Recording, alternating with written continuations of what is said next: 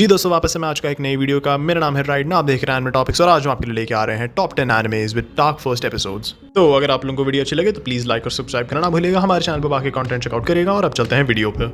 शुरू करने से पहले मैं आप लोगों को एक चीज़ बता देना चाहूँगा कि इस लिस्ट पे हमने जो एनिमे रखे हैं हमने उन्हें उनके सिर्फ फर्स्ट एपिसोड के बेसिस पे जज करा है और हमने उनके बाकी एपिसोड्स या उनके जॉनर को कंसिडर नहीं करा है।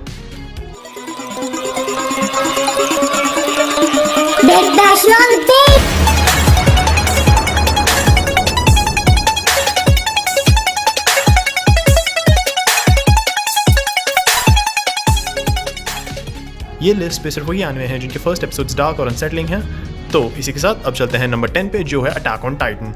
आप लोगों में से तो ऐसा कोई होगा नहीं जिसने अटैक ऑन टाइटन या तो देखा नहीं या तो उसके बारे में सुना नहीं है, फिर भी मैं आपको इसके बारे में थोड़ी जनरल इन्फॉर्मेशन दे देता हूँ। इसके टेक्निकली 5 सीजन हैं और इसके जॉनर हैं गोर, military, survival, shonen, action, drama और सस्पेंस। अब इसके फर्स्ट एपिसोड के बारे में थोड़ी बात कर लेते हैं। First episode attack on Titan का मैं बोलूँगा नहीं बहुत ज़्यादा डार्क है, लेकिन डेफिनेटली अनसेटलिंग है, क्योंकि अटैक ऑन टाइटन जो लोग फॉर द फर्स्ट टाइम देख रहे हैं और उन लोगों ने एनिमे के बारे में बहुत ज़्यादा कुछ सुना नहीं है या फिर बहुत ज़्यादा कुछ जानते नहीं हैं, जब वो लोग फर्स्ट एपिसोड देखेंगे वो एक्सपेक्ट नहीं कर रहे होंगे कि पहले एपिसोड से ही ये टाइटन्स लोगों को चाप की तरह ठूस रहे हैं और फिर हग रहे हैं उन्हें। एक और चीज़ जो इस एपिसोड को ज़्यादा डार्क बनाती है वो है कि हम लोग ये सब होते हुए देख रहे होते हैं मेन कैरेक्टर की आंखों से, जो एट द टाइम एक बच्चा होता है और उसकी आंखों के सामने टाइटन उसकी माँ को खा लेता है। लेकिन जिन लोगों ने फाइनल एपिसोड देख चुका है, और यहाँ पे एक छोटा स्पॉइलर है, हमें फाइनल एपिसोड में पता चलता है कि उस टाइटन को एरन ने ही भेजा था अपनी माँ की तरफ, क्योंकि वो टाइटन वरना एक दूसरे इंसान को खा लेता जो उसके फ्यूचर के लिए ज़रूरी है। फर्स्ट एपिसोड के बाद से अटैक ऑन टाइटन में कुछ बहुत ज़्यादा डार्क होता नहीं है, डिप्रेसिंग चीज़ें होती हैं, बहुत से लोग मरते हैं, लेकिन ये एक overall strictly military drama action anime रहता है।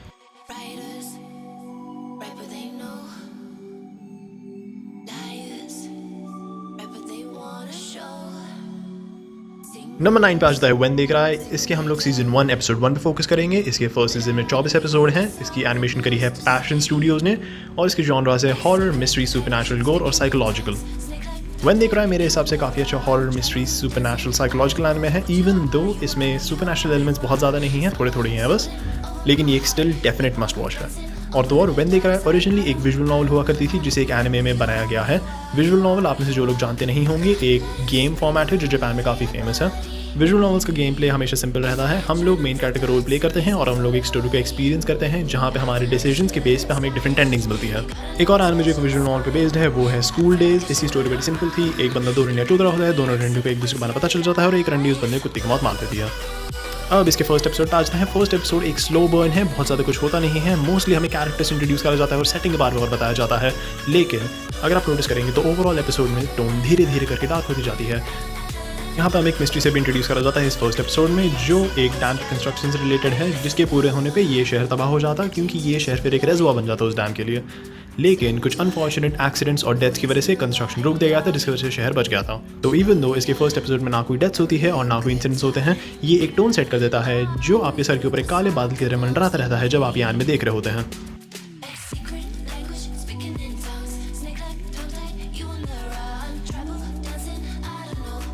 रेट बाजता है मीरा निकी या द फ्यूचर डायरी। इसके 26 एपिसोड हैं। इसे एनिमेट करा है एज़रेड स्टूडियोज़ ने और इसके जॉनर है एक्शन, सुपरनैचुरल, सस्पेंस, गोर, साइकोलॉजिकल, सर्वाइवल।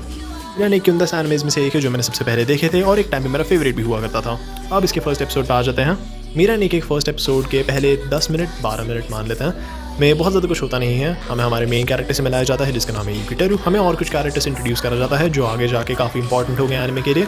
और तो और अगर आप बैकग्राउंड नोटिस करेंगे तो जब कहीं भी न्यूज़ ऑन है वो एक सीरियल किलर के बारे में बात कर रहे होते हैं। और तो और जब हमारा मेन कैरेक्टर स्कूल से निकल रहा होता है तब एक अनाउंसमेंट भी होती है बोलते हुए कि स्टूडेंट्स को अकेले घर नहीं जाना चाहिए क्योंकि एक सीरियल किलर उनके एरिया में घूम रहा है। फर्स्ट एपिसोड में अपने मेन कैरेक्टर को ये भी पता चलता है कि उसकी जो फ़ोन में डायरी है वो अपेरेंटली फ्यूचर प्रेडिक्ट कर सकती है और इसके थोड़े टाइम बाद उसे ये भी पता चलता है कि और भी लोग हैं जिनके पास ये सेम फ्यूचर प्रेडिक्टिंग डायरीज हैं जो उसकी जान के पीछे पड़े हैं। इसके बाद 2-3 और चीज़ें होती हैं। एक और नए कैरेक्टर को इंट्रोड्यूस करा जाता है, 1-2 मिसअंडरस्टैंडिंग्स होती है और हमें पता चलता है कि जिस सीरियल किलर के बारे में हमें अभी तक बताया जा रहा था वो भी एक डायरी होल्डर है, यानी कि वो भी फ्यूचर देख सकता है और कि वो अब यूकी की जान के पीछे है और अपने मेन कैरेक्टर को अपनी जान बचाने के लिए उसकी जान लेनी पड़ती है, यानी कि सीरियल किलर की।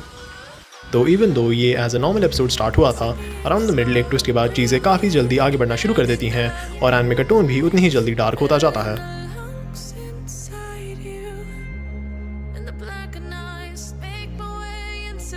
अब आ जाते हैं नंबर 7 पे, जो है टोक्यो गूल। टोक्यो गूल एक फैन फेवरेट एनिमे है, सबने देखा है, सब उसके बारे में जानते हैं।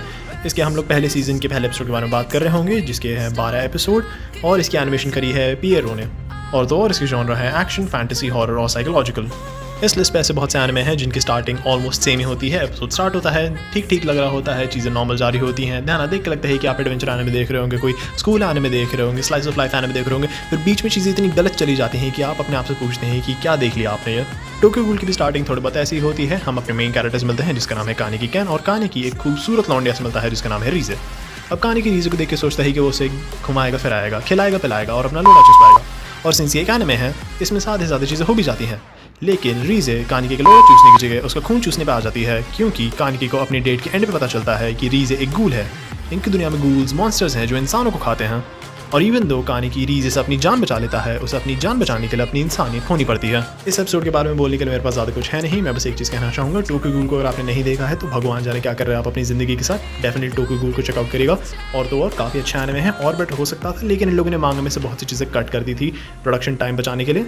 तो अगर वो लोग ये सब कट नहीं करते और आराम से टाइम लेके बनाते तो और बेटर रहता, लेकिन फिर भी ओवरऑल मस्ट वॉच है।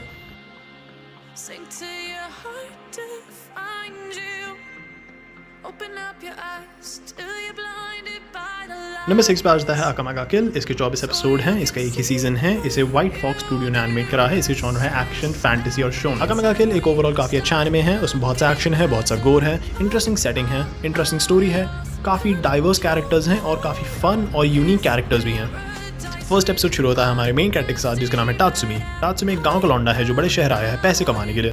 टात्सुमी का गोल बड़ा सिंपल था, बड़े शहर आएगा, आर्मी ज्वाइन करेगा, पैसे कमाएगा, गांव वालों की जान बचाएगा। उसने ये प्लान अपने 2 और दोस्तों के साथ बनाया था और वो तीनों एक साथ अपने गांव से निकले थे, लेकिन तीनों अलग अलग रास्ते लेके शहर आ रहे थे। टात्सुमी आके अपने दोस्तों को ढूंढने की कोशिश करता है, लेकिन उसे वो मिलते नहीं। उन्हें ढूंढने के चक्कर में टात्सुमी कुछ कैरेक्टर्स मिलता है जिनसे हम लोग आगे जाके वापस मिलेंगे। एपिसोड में रात हो जाती है और टात्सुमी सड़क पे सोने जा रहा होता है, लेकिन एक लड़की उसे अपने घर बुला लेती है क्योंकि वो अमीर है और उसे गरीबों की मदद करना पसंद है। लेकिन एपिसोड के कुछ ही मिनटों बाद हमें इस रंडी का भड़वापना साफ साफ दिखा दिया जाता है। यहाँ पे हमें पता चलता है कि ये गरीब लोगों को बहला फुसला के अपने घर ले जाती है, फिर उन्हें ड्रग करके अपने वेयर हाउस में बंद करके उन्हें टॉर्चर करती है। जब टात्सुमी ये वेयर हाउस खोल के देखता है, उसे अपनी एक दोस्त की लाश मिलती है और उसका एक दूसरा दोस्त जिंदा होता है, लेकिन मरने की तादाद पे आ चुका होता है। वो टात्सुमी को सब सच सच बता देता है और टात्सुमी अपनी तलवार से इस रंडी की गांड मार लेता है। अकामे गा किल के फर्स्ट एपिसोड की भी ओपनिंग या स्टार्टिंग काफ़ी होपफुल हुई थी, काफ़ी अच्छी हुई थी। है ना, टात्सुमी बड़े बड़े सपने लेके आया था शहर में, लेकिन उसके दोस्तों के साथ साथ वो सपने मर गए जब उसे यहाँ पे रहने वालों की सच्चाई देखने को मिली और उसे पता चला कि कितने नीच और कितने जालिम लोग रहते हैं यहाँ पे।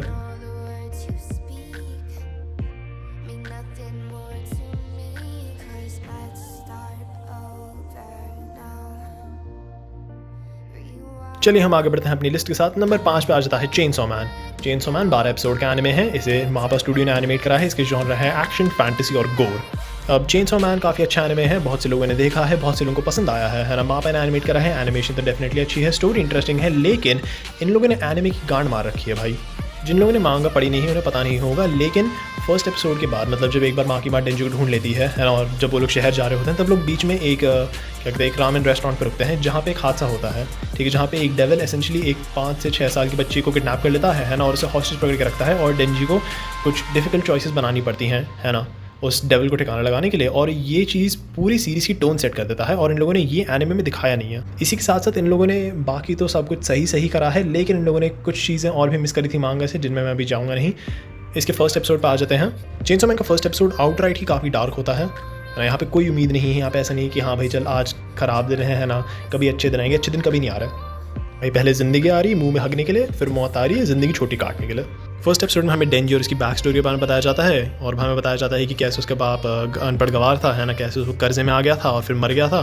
तो जिन लोगों ने उसके बाप को कर्जा दिया था अब वो डेंजी से कर्जा चुकता कर रहे हैं, और इसलिए डेंजी को क्या अपना एक टट्टा बेचना पड़ा था, एक किडनी बेचनी पड़ी थी, एक आँख बेचनी पड़ी थी शायद से, है ना, और उसे इन लोगों के लिए डेविल्स मारने पड़ते हैं। भाई मुझे अपने क्लासमेट को ईयरफोन देने से बुरा लगता है और ये बंदा यहाँ पे टट्टे बेच के ज़िंदगी चला रहा है अपनी। और ऐसा भी नहीं है कि उसकी ज़िंदगी इंप्रूव होती है, नहीं भाई, इसकी ज़िंदगी ख़त्म हो जाती है।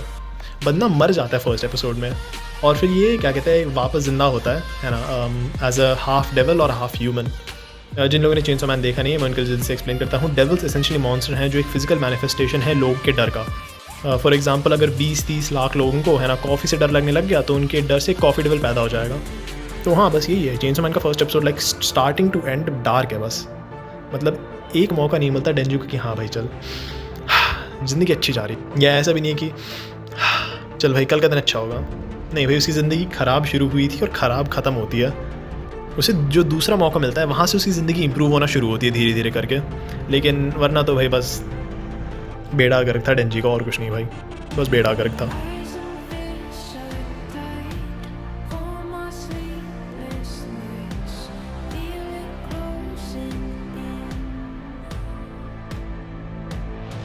तो अब आ जाते हैं हमारे नंबर 4 पे, जिसका नाम है टेक्नोलिज या टेक्नोलिज, लेकिन लाइक सी की जगह एक्स है, भगवान जाने कैसे प्रोनाउंस करना है। ये एक 22 एपिसोड का एनिमे है जिसे मैडहाउस स्टूडियोज़ ने एनिमेट करा है। इसके जॉनर है एक्शन, ड्रामा, साईफाई और साइकोलॉजिकल। इस एनिमे की सेटिंग इस लिस्ट में बाकी एनिमेस थोड़ी अलग है, थोड़ी ज़्यादा यूनिक है क्योंकि ये एक फ्यूचर साइबरपंक डिस्टोपिया में सेट है, स्पेसिफिकली एक अंडरग्राउंड माइनिंग सिटी में जिसका नाम लक्स है। लेकिन इस सेटिंग के बावजूद भी ये एनिमे एक क्राइम ड्रामा की फीलिंग देता है क्योंकि आधे से ज़्यादा स्टोरी अपने मेन कैरेक्टर को फॉलो करती है जिसका नाम है इची से, और कि कैसे वो इस शहर के मेजर क्राइम फैमिलीज़ की बकचोदी के बीच में फंस रखा है। अगर हम लोग इसके फर्स्ट एपिसोड के बारे में बात करें तो मैं बोलूँगा कि ये काफ़ी ही स्टाइलाइज्ड एपिसोड है। मैं ऐसा इसलिए कह रहा हूँ क्योंकि एपिसोड के पहले 10 से 15 मिनट के लिए कोई भी कैरेक्टर कुछ नहीं कहता। हमें कैरेक्टर्स को दिखाया जाता है, हमें दिखाया जाता है वो क्या कर रहे हैं, लेकिन कोई भी कुछ बोलता नहीं है। इस खामोश के साथ साथ जो हमें इमेजेस दिखाई जाती है, जो हमें हमारे कैरेक्टर्स को दिखाया जाता है और जो सेटिंग को दिखाया जाता है वो काफ़ी अनसेटलिंग है। इसके फर्स्ट एपिसोड में जो खामोशी है और जो इमेजरी है वो मुझे और भी दूसरे साईफाई एनिमेज और मांगा सीरीज़ की याद दिलाता है, मेनली ब्लेम और घोस्ट इन द शेल। क्योंकि अगर जिन लोगों ने घोस्ट इन द शेल देखा है वो आपको बता सकते हैं कि उसमें मिनटों है, मतलब आधा घंटा निकल जाएगा और कैरेक्टर्स कुछ कहेंगे नहीं, बस आपको चीज़ें दिखाई जाएंगी और चीज़ें हो रही होंगी। ये एनिमे काफ़ी अलग है और मैं डेफिनेटली कहूँगा कि ये सब के लिए नहीं है, लेकिन इसके फर्स्ट एपिसोड ने मेरा इंटरेस्ट गेन कर लिया है। अगर आप लोगों को भी इंटरेस्टिंग लगा तो चेकआउट करेगा, अगर आप लोगों को इंटरेस्टिंग ना लगा तो चेकआउट मत करेगा। हम चलते हैं इस लिस्ट के अगले एनिमे पे।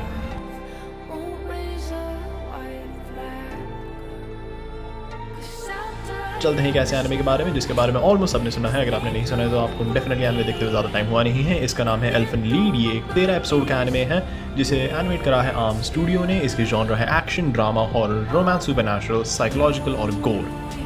एल्फन लीड की स्टोरी के बारे में बात यहाँ पे नहीं करने वाला क्योंकि मेरे हिसाब से इसकी स्टोरी इतनी इंटरेस्टिंग है और कि इसका एनिमे इतना वेल पेस्ड है कि आप इसका एनिमे देख के स्टोरी को बेटर एंजॉय कर सकेंगे। तो मैं सीधा फर्स्ट एपिसोड के बारे में बात करने पे चलता हूँ। एल्फन लीड का फर्स्ट एपिसोड मेरे लिए बहुत ही इंटरेस्टिंग है क्योंकि जहाँ पे बाकी एनिमे आपका अटेंशन ग्रैब करने की कोशिश करेंगे या तो एक्शन के थ्रू या फिर इंटरेस्टिंग कैरेक्टर्स के थ्रू या फिर जहर एनिमेशन के थ्रू, एल्फन लीड आपका अटेंशन ग्रैब करता है शॉक के थ्रू।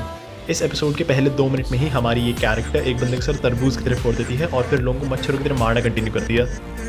ऐसे बहुत से एनिमेज हैं जहाँ पे हज़ारों लाखों मासूम लोग हैं कुत्तों की मौत मर रहे हैं, लेकिन यहाँ पे मैं इंटरेस्ट इसलिए ले रहा हूँ क्योंकि ये फर्स्ट एपिसोड है, हमें कुछ एक्सप्लेन नहीं करा गया है, हम जानते नहीं ये लड़की कौन है ना, ये इस फैसिलिटी में क्यों है और ये लोग कुत्तों से ज़्यादा गई गुजरी मौत क्यों दे रही है। ये डेफिनेटली एक कतल तरीका है अपना ऑडियंस का अटेंशन गेन करने का, जो इस एपिसोड ने परफेक्टली करा है।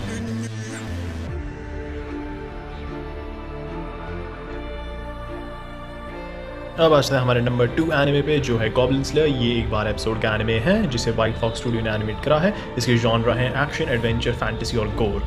गॉब्लिन स्लेयर मेरे हिसाब से काफ़ी सिंपल एनिमे है। अब हमारा मेन कैरेक्टर गॉब्लिन स्लेयर है। क्या काम करता है? गॉब्लिन्स को मारता है। क्यों करता है? क्योंकि गॉब्लिन्स पसंद नहीं है। गॉब्लिन स्लेयर मेरे लिए काफ़ी रिफ्रेशिंग एनिमे है क्योंकि यहाँ पे मेरे सोचना नहीं पड़ता कि चल ठीक है भाई अपना जो विलन है ना, उसका अगला मूव क्या होगा। ठीक है, अच्छा विलन ने ये करा था, उसका मतलब ये हो सकता है, उसका मतलब वो हो सकता है। अच्छा रुक जा, विलन ये कर रहा है, रुक जा, अपना हीरो इसे काउंटर कैसे करेगा, है ना। थियरीज बनानी नहीं पड़ती, इवन तो थियरीज बनाने में अलग मज़े हैं, है ना। कभी कभी मेरा बस मन करता है कि बस दिमाग को बंद कर दूँ, ठीक है, दिमाग को खाली कर दूँ और बस एक एनिमे के मज़े लूँ। और ऐसे मज़े ना गॉब्लिन स्लेयर के अलावा कुछ ही एनिमेज दे पाते हैं क्योंकि गॉब्लिन स्लेयर में सोचना पड़ता है कि अच्छा चल ठीक है भाई गॉब्लिन है, क्या करेगा, क्यों करेगा, है ना। गॉब्लिन है भाई, बकचोदी करेगा और क्या करेगा। गॉब्लिन स्लेयर के फर्स्ट एपिसोड में हमें कुछ कैरेक्टर्स इंट्रोड्यूस करा जाता है जो नए एडवेंचरर्स हैं, है ना। उन पे ज़्यादा एक्सपीरियंस नहीं है लेकिन कॉन्फिडेंस बहुत है, तो वो लोग एक सिंपल क्वेस्ट एक्सेप्ट करते हैं गॉब्लिन स्लेइंग की। इनके हिसाब से गॉब्लिन्स एक बहुत ही छोटा और कमज़ोर मॉन्स्टर है जिसे हंट करना आसान है और कि एक एडवेंचरर आराम से 5-6 गॉब्लिन्स को अकेले ठिकाने लगा सकता है। लेकिन इस क्वेस्ट पे जो भी चीज़ें गलत जा सकती थी सब गलत चली जाती हैं और इन 5 लोगों की पार्टी में से 3 लोग मर जाते हैं। एक एडवेंचरिंग से हमेशा कल अपने हाथ धो देती है और सिर्फ एक होती है जो एडवेंचरिंग कंटिन्यू करती है। जो एक लौती कैरेक्टर एडवेंचर बने रहना चूज़ करती है वो हमारे मेन कैरेक्टर्स में से एक होती है और वो ऐसा इसलिए चूज़ करती है क्योंकि हमारा मेन कैरेक्टर गॉब्लिन स्लेयर उसे बचा लेता है इससे पहले कि उसके साथ कुछ बुरा हो सके। आखिरकार अब चलते हैं अपने लिस्ट के आखिरी एंट्री पे।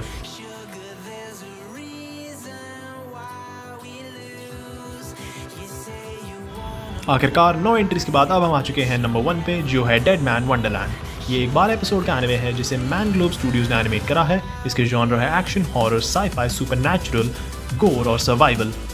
वंडरलैंड एक और ऐसा एनिमे है जिसकी स्टोरी मैं आपके लिए स्पॉइल नहीं करना चाहूँगा, तो मैं सीधा फर्स्ट एपिसोड के डिस्कशन के साथ शुरुआत करूँगा। और इसका फर्स्ट एपिसोड एक हद तक एलिफेंट लीड के फर्स्ट एपिसोड जैसा होता है, जहाँ पे ये आपका अटेंशन शॉक के थ्रू गेन करता है। अब यूट्यूब और उसकी माशीती गाइडलाइंस की वजह से मैं एक्जैक्टली डिस्क्राइब नहीं कर सकता कि इसके फर्स्ट एपिसोड में क्या होता है, क्योंकि जो हादसा है वो एक स्कूल के क्लासरूम में होता है। तो इसलिए मैं एक वेग सी पिक्चर आपके लिए पेंट कर दूंगा और अब बचे हुए गैप्स अपने आप से फिल कर लीजिएगा। ये हादसा शुरू होता है या ये एपिसोड शुरू होता है हमारे मेन कैरेक्टर के साथ, जो अपने स्कूल जाता है, क्लासरूम में बैठता है, दोस्तों से बात करता है। लेकिन फिर एक कैरेक्टर आता है जिसे सिर्फ रेड मैन के नाम से हम जानते हैं, और वो इस पूरे क्लासरूम को लाल रंग से रंग देता है। लेकिन उस पर पैसे नहीं थे लाल रंग खरीदने के, तो वो ये लाल रंग इन स्टूडेंट्स के शरीर से निकाल के पूरे क्लासरूम को रंग देता है। सिर्फ हमारा मेन कैरेक्टर है ना, जिसे वो लाल रंग से रंगता है, लेकिन उसकी किस्मत अच्छी थी और ये लाल रंग उसके खुद के शरीर से नहीं आया होता।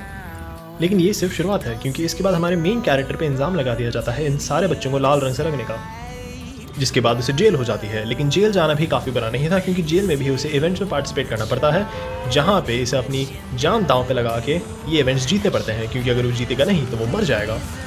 डेडमैन वंडरलैंड को मैंने नंबर 1 पे इसलिए रखा है क्योंकि मेरे लिए और बहुत से ऑडियंस के लिए इसके मेन कैरेक्टर से कनेक्ट करना ज़्यादा आसान है। इसलिए नहीं क्योंकि इसके दोस्त मर गए, लेकिन इसलिए क्योंकि जो अन्याय और जो इनजस्टिस और डिस्क्रिमिनेशन इसने फेस करा है इसके दोस्तों के मरने के बाद। क्योंकि हम जो ऑडियंस है वो जानते हैं कि ये बंदा इनोसेंट है, हम जानते हैं इसने कुछ नहीं करा है, लेकिन उसके बावजूद भी ये सारे लोग इसे इतना बुरा ट्रीट करते हैं क्योंकि उनकी नज़रों में इसकी गलती है। कोई इसकी बात सुनने भी नहीं वाला, ऐसा कोई इंसान नहीं है पूरे एनिमे में, एटलीस्ट फर्स्ट एपिसोड में, जो इसके साइड पे है, जो प्रूव करना चाहता है कि हाँ चलिए ये बंदा इनोसेंट है। और ऐसा सबके साथ हुआ होगा अपनी ज़िंदगी में कभी ना कभी, कि किसी ने आप पे झूठा इल्ज़ाम लगा दिया और कि आपकी बात कोई नहीं सुन रहा, क्योंकि सब ने डिसाइड कर लिया है कि हाँ आपकी ही गलती है। और इस रीज़न से इस कैरेक्टर के साथ कनेक्ट करना काफ़ी आसान हो जाता है, क्योंकि आपने भी एक्सपीरियंस करा है एक हद तक जो इस कैरेक्टर ने एक्सपीरियंस करा है। जी दोस्तों, लिस्ट के एंड के साथ साथ वीडियो का एंड भी आ चुका है। अगर आप लोगों को वीडियो अच्छी लगे तो प्लीज़ लाइक और सब्सक्राइब करना ना भूलिएगा। अगर आपके पास कोई इंटरेस्टिंग टॉपिक्स है तो उन्हें कमेंट्स में डाल दीजिएगा, हमारी नज़र हमेशा कमेंट्स पे रहती है। और प्लीज़ हमारे चैनल पे और भी वीडियो चेकआउट करिएगा। अगर आप लोगों को अच्छा लगे तो प्लीज़ सब्सक्राइब करना ना भूलिएगा, नोटिफिकेशन ऑन कर लीजिएगा। मेरा नाम है राइडन, आप देख रहे हैं एनिमे टॉपिक्स, और मैं मिलता हूँ आपसे अगले वीडियो में।